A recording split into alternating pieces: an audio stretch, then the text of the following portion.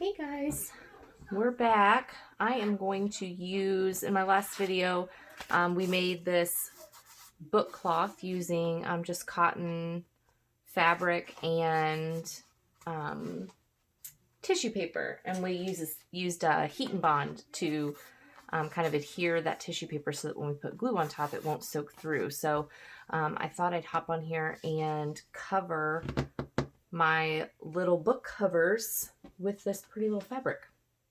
Like I said, this is going to be a long, if you didn't see the last video, it's going to be a long little notebook using these with this, kind of on the end here. So it'll flip open like this. And I'm going to use these old bolts that I found in the tool cabinet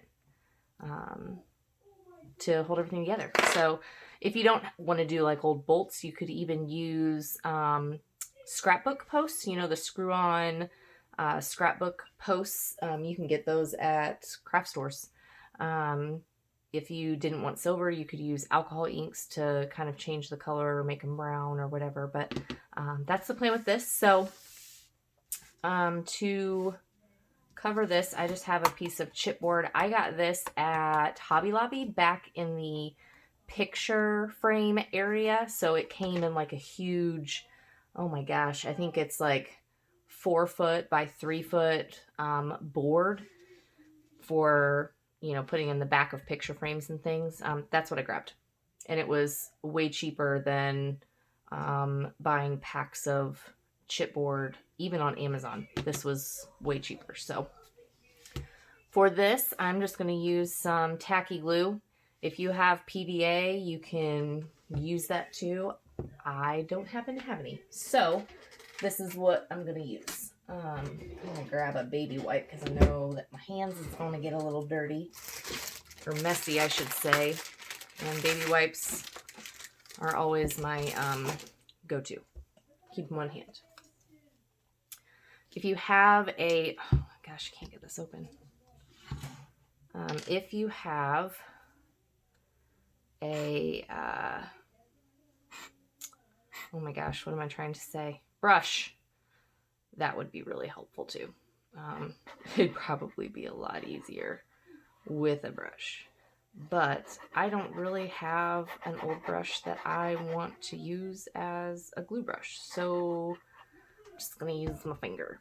And I feel like with this tacky glue, it can go on kind of thick. So being able to use my finger, I can really press it into the board and get it as thin as possible so that when I put my fabric on, I don't have like a ton of seepage that come out. I mean, you'll still see when I use my bone folder, a lot of glue is going to come out. So if you have PVA or something thinner, it might be a little less messy, but this works for me for what I got going on. So you just want to coat the chipboard completely to all the edges and then place it on your book cloth, with about an inch or so around all of the edges. And this side will actually trim off. So press that down. I'm going to get some of this glue off my fingers because I'm going to flip this over and then use my bone folder to really press the fabric on. And you'll push some glue out of the edges, which is fine, but you really just want to get a nice adherence. So you can see a little bit of glue has come around the edges, and that's okay. That's better than having glue kind of piling up, underneath the fabric. So just push that all down. And then I'm just going to use my scissors to cut off the edge here. It doesn't have to be perfect because we're going to cover, obviously, the inside of this. And save this because you can use it on embellishments or something. It'd be nice. Now for the corners, you want to leave, I'm going to cut these kind of at an angle, but you don't want to cut all the way up to the corner of your chipboard.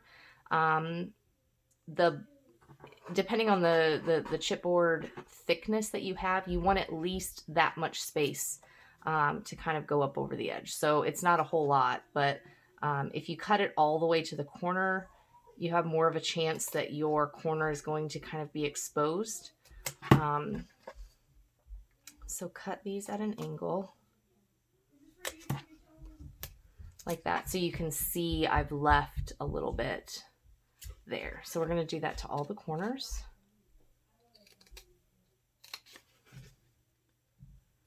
Like so.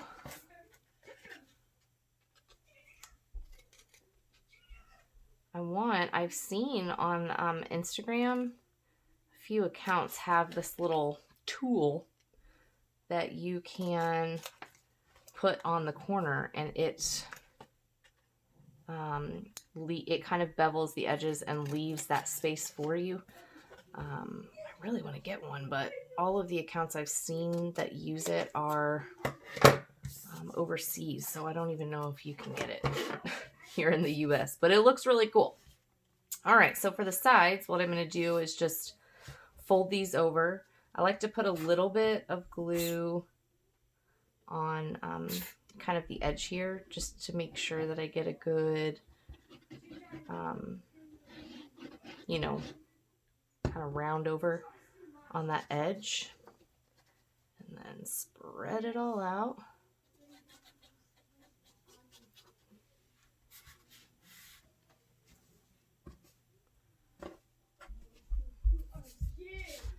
And then fold this edge over and press it down. All right. You can run your bone folder along the edge this way and then just kind of press it just like we did with the back. And you know, you're going to get glue come out. That's fine. That's actually, I like to see that glue coming out of the edge because one, I know the glue is all the way to the edge of the fabric, and two, I know that there's not going to be like air bubbles under my little fabric here. So I need to get a new bone folder. This one might just turn into my glue one, my glue scraping one. Would probably be better. So while the glue's still a little wet, you can push down those edges just a little bit, those tiny little corners. Fold them in a little. And then I am going to do the other long side, and we will be right back. All right, so I got the other side down. Now for the ends, we're gonna fold these flaps up as well, just making sure that those little corners, you wanna kind of push them in. Let me see if I can bring it up and show you. You want it to kind of, I don't know if I can really show, but you want it to kind of pinch in. See how it kind of wraps around the end there? You want to kind of pinch those in so that when you fold up the flap, it has the corners covered. If you don't fold it in, it might be fine, but it might also kind of show the chipboard underneath, which I don't like and don't want. So I always try to fold those little corners in. And I think that most people's problem when it comes to covering covers is that they cut that corner, that bevel, a little too close, and then it makes it difficult. It makes it difficult to kind of cover those corners. They look bare, kind of raw. So again, we're just going to scrape that down. I am going to do the other side, and I will be right back. All right, so I got the other side all glued down. So this is what we are left with. We will cover the inside of that in just a moment. But yeah, so that's where we're at with this one. Now we're going to move on to the top. The top's a little different because of the type of book, I guess, that I'm doing. But if you're going to do this kind of post binding, or even if you're going to do like a Japanese stitch binding or Coptic stitch binding, this cover idea can be useful for all those. So I think that you'll really enjoy. All right, sorry about that. I had to take a break because my daughter, apparently it was really important that we change the cartoon on the TV. So I just popped the back cover underneath a couple of books to stay flat and dry completely, and we're going to move on to the top, the front cover. So for this one, I have two pieces. This will be kind of so it'll be like this. This will be onto the posts. We're going to leave it 1/8 inch gusset here for this to open up as the cover of the book. So that's why it's in two pieces. So the way I'm going to adhere this down is the exact same way. We're going to put this on first. So I am just going to put glue all over. Maybe if this decides to, there we go, to come out.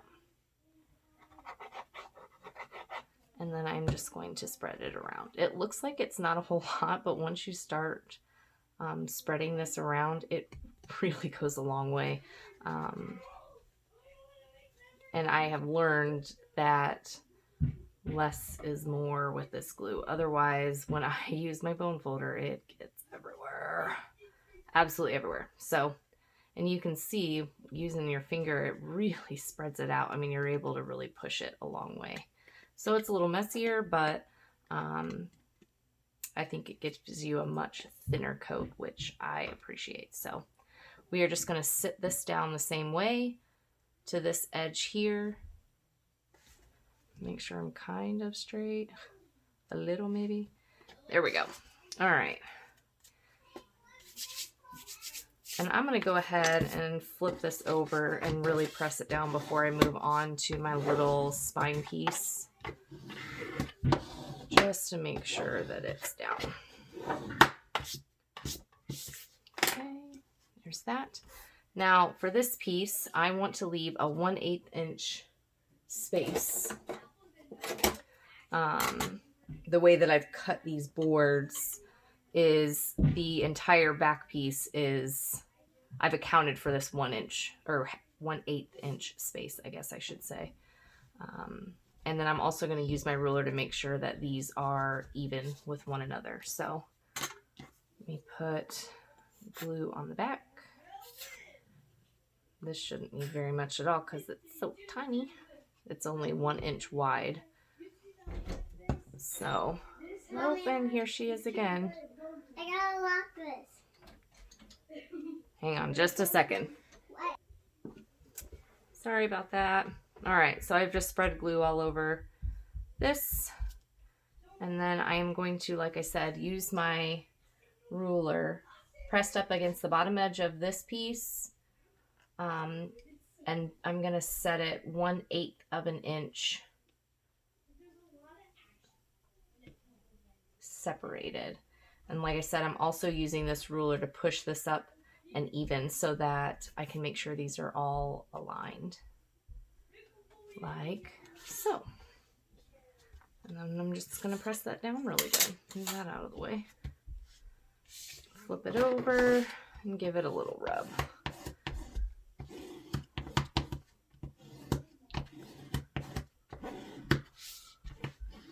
Make sure all my edges are down really good. So now we have this. Now to cover this one, I'm going to leave these the same as far as width-wise. And instead of cutting all of this off, I'm going to leave it so that I can fold it over like this all the way over. That way this seam here will be covered as well. So what I'm going to do is these corners the way we just did the other one. So coming in at an angle, leaving a bit of space at the corner so that we can cover the depth of our chipboard and just angling them in. Sorry if I'm not doing this completely on camera. It's kind of an odd angle. So there's those.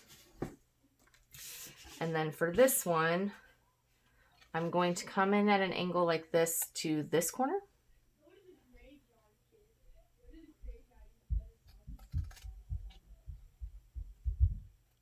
And then I'm actually going to come in a little bit. So I think I'm going to come in, instead of coming to the corner, I'm going to come in a little bit further so that when I fold this over, it's inside my cover, so I can hide it under my oh my gosh, what am I trying to say? My like end paper, I guess it would be like an end paper. So I'm just going to come in a little bit like that, so you can see I'm past the corner there. I'm going to do the same on the other side.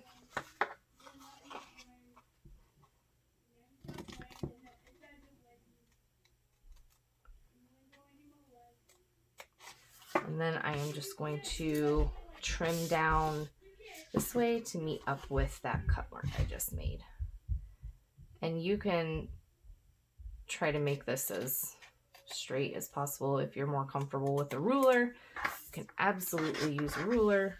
I am not that bothered by it, so I think I'm okay with just using my scissors.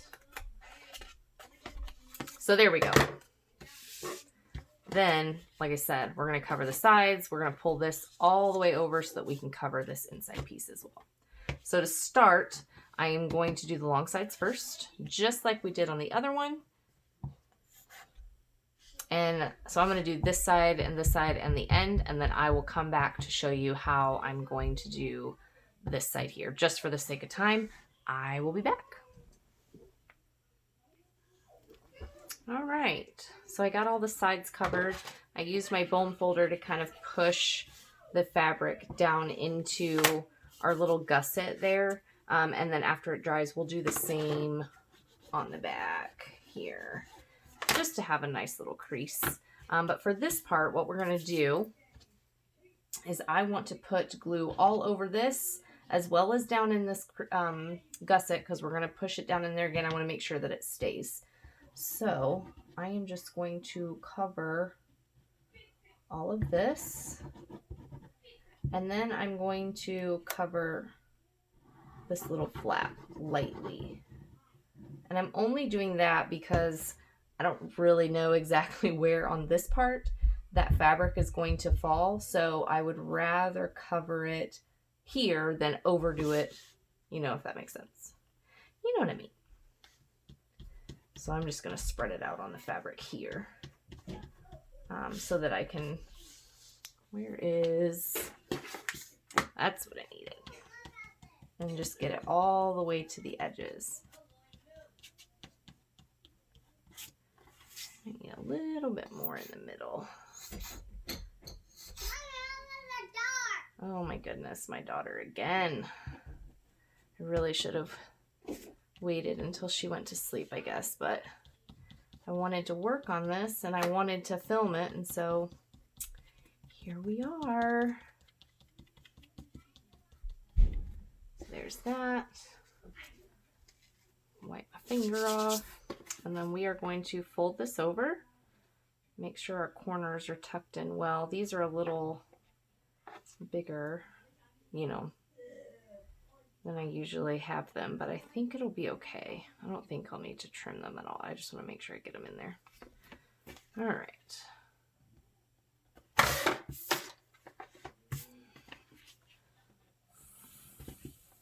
Fold that over.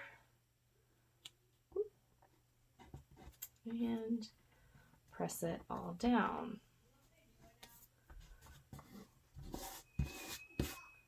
Like so. Before this sets, I am going to really push it down into that gusset again, like this. And as long as the glue is still wet, it will pull the fabric. It'll pull this fabric tight and pull this a little back if it needs to get down in there. Oh my goodness, this paper. And then we're just going to push this side down really well. Make sure our corners are down. I'm just going to run this through one more time. Really get that, because we put glue in there, so it should hold the fabric down pretty well. I'm going to flip it over, do the same thing on this side. I'm Got a little glue on there.